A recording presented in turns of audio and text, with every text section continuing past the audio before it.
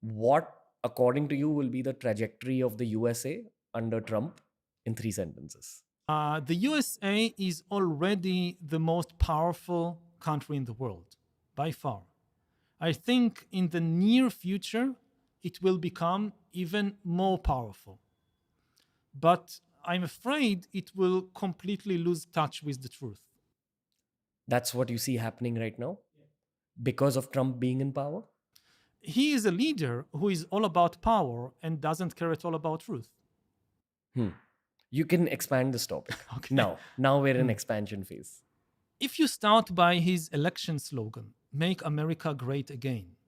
So, one thing to notice is America is already great. You don't need to make it again. Like, he's starting with a distorted view as if America is somehow weak.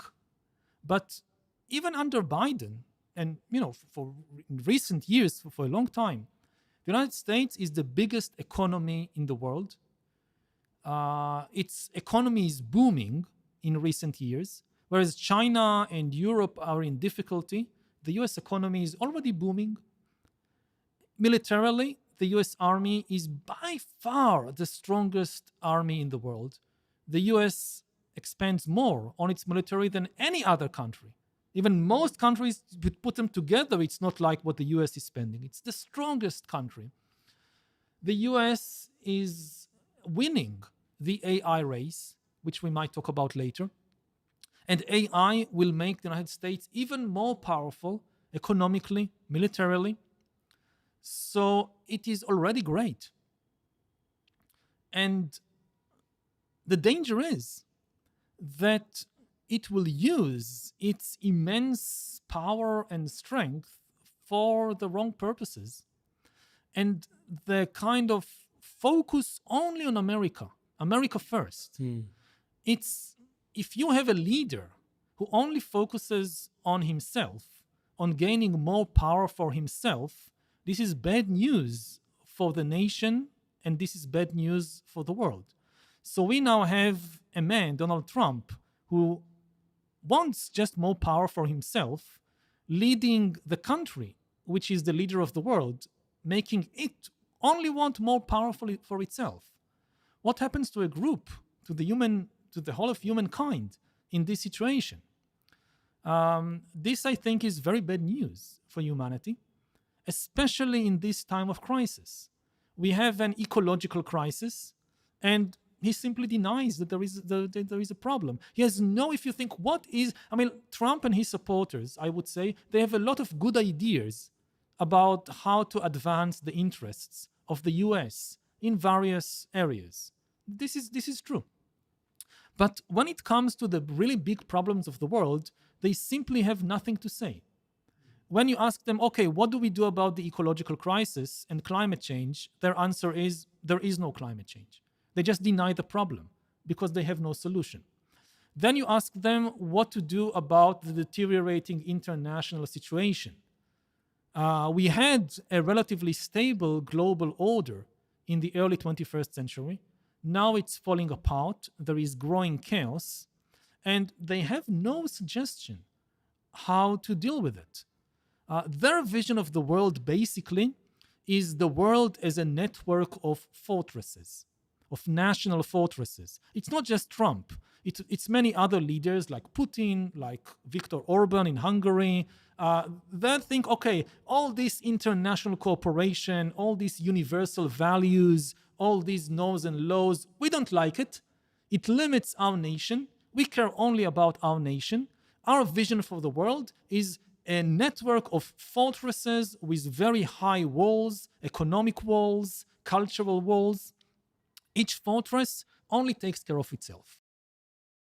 We have been there for thousands of years. For thousands of years, the world was a network of fortresses. We know where it leads.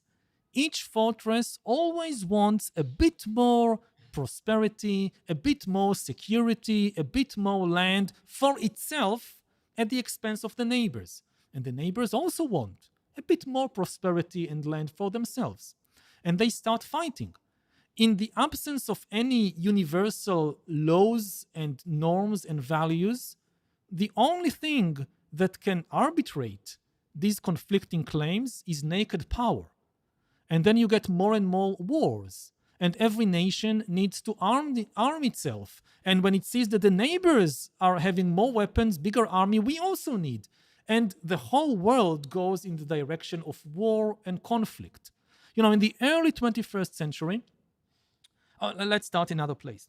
For most of history, when the world was a network of fortresses, the average expenditure on the military was more than 50% of the budget of every government.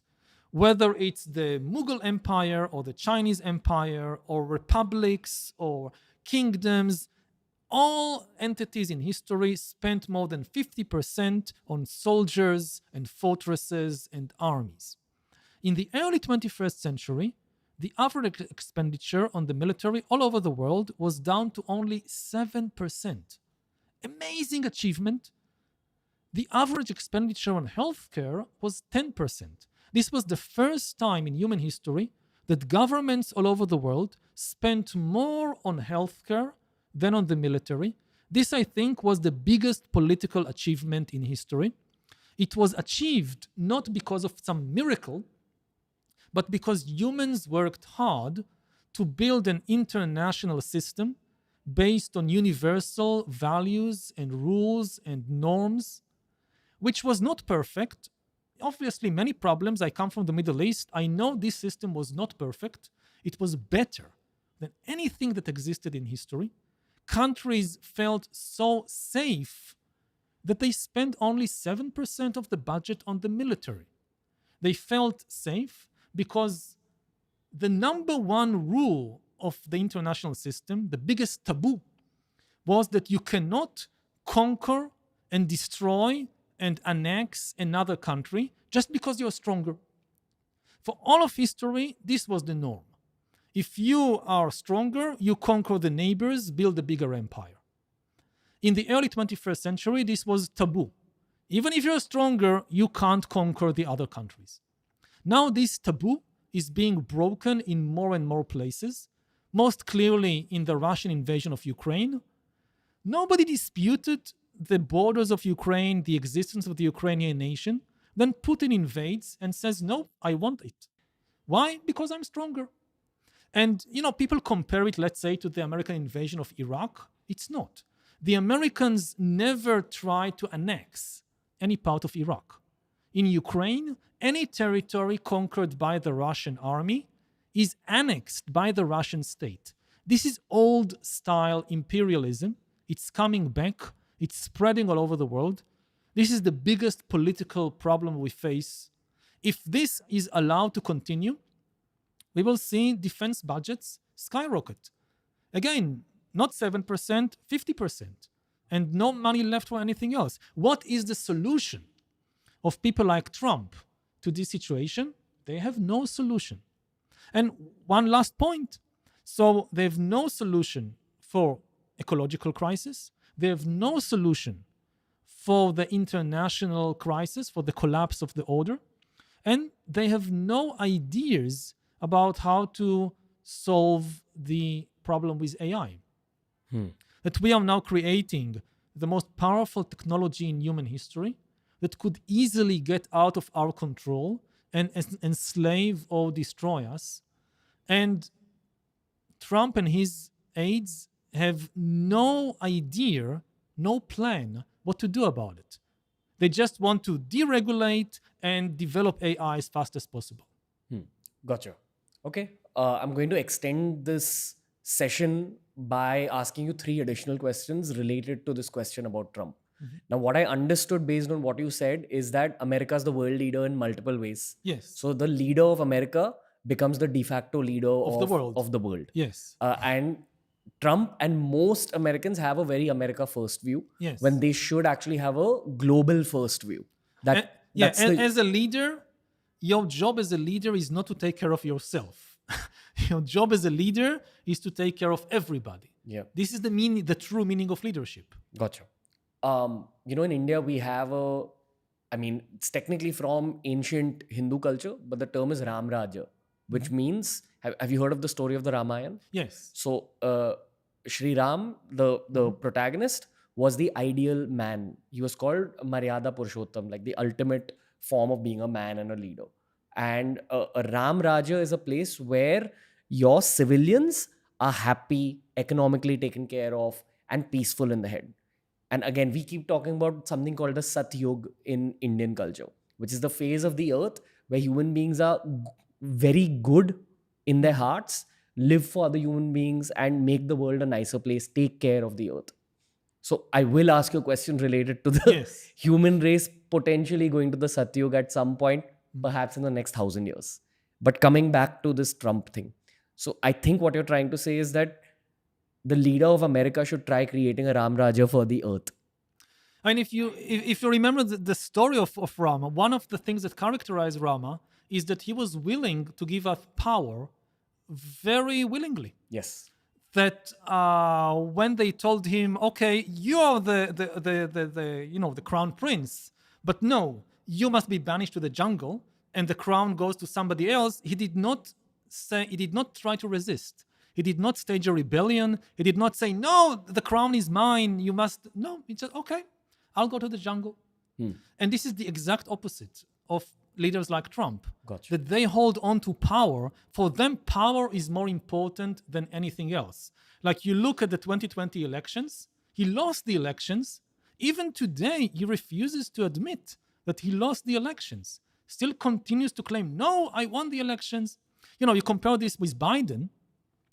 The Democrats are terrified of Trump. Many Democrats, they hate Trump. Nevertheless, Biden is now going to peacefully give up power. This is quite amazing if you think about it in terms of, world history. Like Biden is still US president. He still leads the most powerful nation in the world. He commands millions of soldiers, nuclear weapons, and he is going to take all this immense power and give it to another person which he fears and hates, Donald Trump, peacefully, without trying to resist, without trying to use all that power to stay in power. This, I think, is an example of ideal leadership, which unfortunately we see less and less in the world. I mean, yeah, but I also feel Biden could have done something more to stop the Russia-Ukraine crisis. So Biden has his own set of... Of course, I mean, if you look at the record of Biden in various fields, the economy, immigration, foreign policy, you can argue he did this right, he did this wrong. Obviously, I'm not defending his record on everything. I'm just saying on this particular point, the Democrats lost the elections, but they are still in power now. They don't try to use their power to stay in power. Gotcha. They just accept, yes, we lost the election, we don't like it, but this is the verdict of the people, and we now take all this power and peacefully give it to our rivals. This is the miracle of democracy when it works correctly. Gotcha.